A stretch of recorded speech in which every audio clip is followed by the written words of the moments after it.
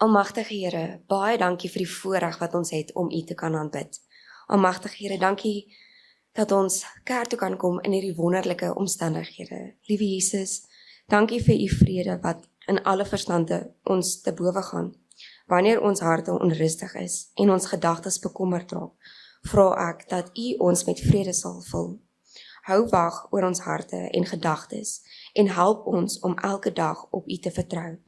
Laat ons rus vind in die wete dat U altyd by ons is. In Jesus se naam, amen. Goeiemôre almal. Ek hoop julle het 'n lekker week gehad. Ek wil net dankie sê vir Ben vir die mooi spesiale item.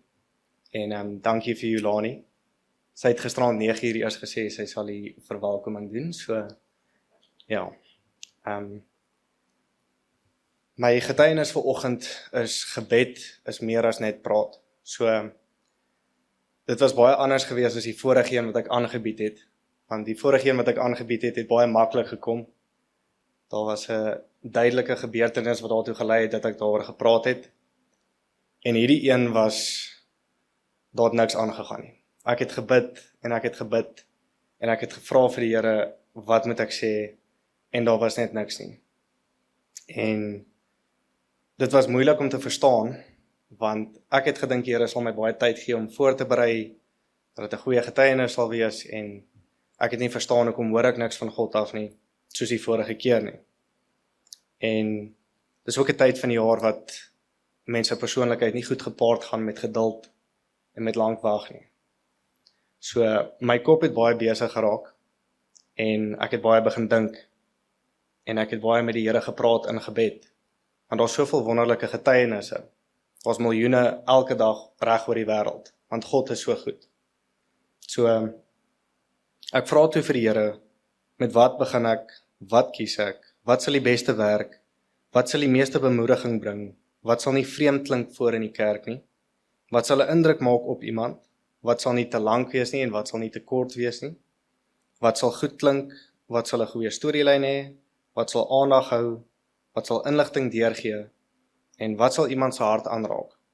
So ek weet nie of ek julle nou begin irriteer het met al die wat as vra nie. En dit het my begin irriteer. So toe begin ek dink die week, wanneer laas het ek gewag vir God om te antwoord? Ek is so besig om hom te vra, en na ek gevra het, dan wag ek nie vir antwoord nie. So wat ek in gebed doen die afgelope rukkie, is soos as ek iemand bel, want ek wil ietsie van hulle af hoor, en sodra hulle die foon optel, dan sê ek nie hallo, of hoe gaan dit nie, ek begin net praat oor my week en hoe dit was, en as ek klaar gepraat het, dan druk ek dood, sonder dat hulle antwoord. So daar druk God dit toe op my hart. Ek praat met hom, want ek het goed nodig. Ek praat met hom, want ek wil hy met my help. Maar sodra ek klaar gepraat het, wat doen ek met my vrye tyd? Wat doen ek na die tyd as ek klaar amen gesê het? Sit ek 'n fliek aan, gaan slaap ek net dadelik, luister ek musiek, raak ek besig met werk. En dan wonder ek hoekom ek nie antwoorde van God af gekry het nie, en hoekom ek hom nie hoor nie. So, eerstens moet God ons hoofprioriteit wees. Ons moet wil tyd maak vir hom, want dit is ons belangrikste verhouding. En dan tweedens, die tyd wat ons wel maak vir God, moet spesiaal wees, en dis nie veronderstel om 'n monoloog te wees nie. In Matteus 11 vers 15 staan daar, wie ore het om te hoor, laat hom hoor. Dit sê nie wie 'n mond het, laat hom praat nie. So, wanneer ons tyd saam met die Here van die heelal spandeer, hoekom begin ons nie deur 5 minute voor die tyd en 5 minute na die tyd net stil te raak nie? Niks te sê nie, niks te dink nie, net in God se teenwoordigheid te wees. En ek het in die verlede al gewonder of daai stilte tyd wat mens het, kan God regtig met mens praat? Kan mens hom hoor? Is dit duidelik? En Lukas 9 vers 35 maak dit duidelik. Daar staan, en daar kom 'n stem uit die wolk uit wat sê, dit is my geliefde seun, luister na hom. So, God sal nie verniet sê, luister vir hom, as dit nie moontlik was om hom te hoor nie, en as hy nie gepraat het nie. So, hoekom het ek dan nie vir God gehoor nie? Die probleem was glad nie dat God nie gepraat het nie, en dis nie hoe God gepraat het nie, Dis hoe ek geluister het. Matteus 13 vers 14 tot 15 sê: En aan hulle word die profesie van Jesaja vervul. Met die gehoor sal hulle hoor en glad nie verstaan nie. En hulle sal kyk en glad nie sien nie. Want die hart van die volk het stomp geword. Hulle ore het beswaarlik gehoor en hulle oë het hulle toegesluit. So die probleem was nie dat God niks op my hart gelê het nie. Die probleem was 'n hart wat nie stil was en bereid was om te luister en te wag vir God se antwoord nie. So, dis nie die gemaklikste onderwerp gewees nie, en ek het oorweeg om dit te verander, want dis baie beter vir my om 'n getuienis te gee wat sunshine and rainbows is, soos hulle sê. En hierdie is ietsie wat God vir my uitgewys het wat ek verkeerd doen. So dis moeilik gewees om oor te praat. En toe het ek en my ma in die week 'n preek gekyk van Doug Batchelor, en die Here het 'n sin vir humor. Want toe sê Doug Batchelor vir sy gemeente, hulle luister almal baie mooi, maar wanneer hy sondes begin uitlig, dan sien hy hoe dwaal almal se oë, en dan kry hulle skielik 'n boodskap op die foon. So ek het gewonder of dit nie my hindernis was nie. Ek het gewonder of ek nie dalk so lus was om oor ietsie mooi te praat, dat ek glad nie vir God kan hoor nie. So ons moet versigtig wees om selektief te hoor. God is heilig en perfek, en hy draai nie doekies om. En hy wil nie hê ons moet ons sondes raak sien, omdat hy wil hê ons moet mismoedig raak, of kwaad raak, of hartseer raak nie. Hy doen dit want hy is lief vir ons. So ons moet daagliks bid, en vir die Here vra dat hy ons sal wys waar ons verkeerd wandel. En hy is getrou en genadig om ons te help, wanneer ons hom vra vir hulp. En dan die laaste hoofrede, hoekom die Heilige Gees met ons praat en hoekom die Here goed op ons hart druk, is vir ander mense. So, die wat ons gebid het, en wat ek die week gebid het vir, ek soek idees vir my, ek wil weet waaroor ek moet praat, ek wil goed van die Here af hê. Wanneer laas het ek gebid vir iemand anders se redding? Hoekom bid ek heeltyd vir myne, as ek klaar vir God ken?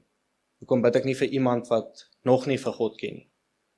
So, hoeveel duideliker sal ons God se stem nie hoor, as ons fokus op ander is nie? So ja, dis iets waaraan ek nie genoeg aandag gegee het die afgelope rukkie nie, maar my gebed vandag is, dat vir elkeen van ons, al is dit moeilik, want dis 'n besige lewe, en dis 'n swak ekonomie, dat ons tyd sal maak vir ons verlosser, en dat ons nie net tyd sal maak en 5 minute voor die tyd net stil raak en bid, en na die tyd net weer 5 minute en dan gaan slaap nie, maar dat ons regtig kognitief daaraan sal dink dat ons wil tyd saam met ons verlosser spandeer. En die tyd wat ons het saam met hom is kosbaar, en alle wysheid kom van God af. So, mag ons vir God hoor die week, en mag hy op ons harte neerlê wat hy wil hê ons moet doen. Amen. Liewe Here, dankie dat U 'n perfekte God is. Here, dankie dat U altyd weet wat is die beste vir ons, en dat U weet, Here, wat U plan is.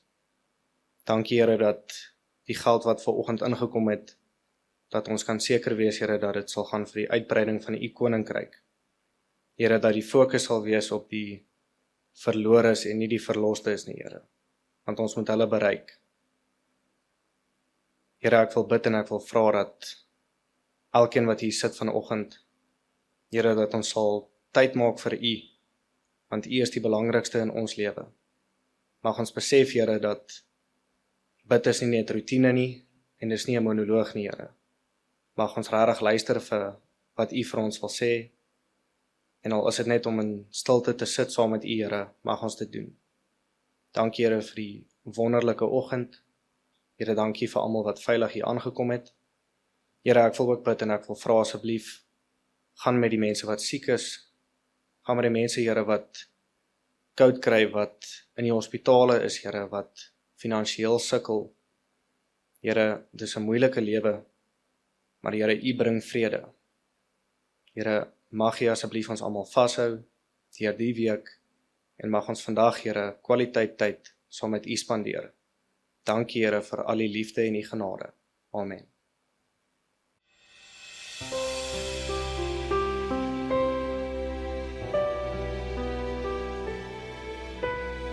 Amen.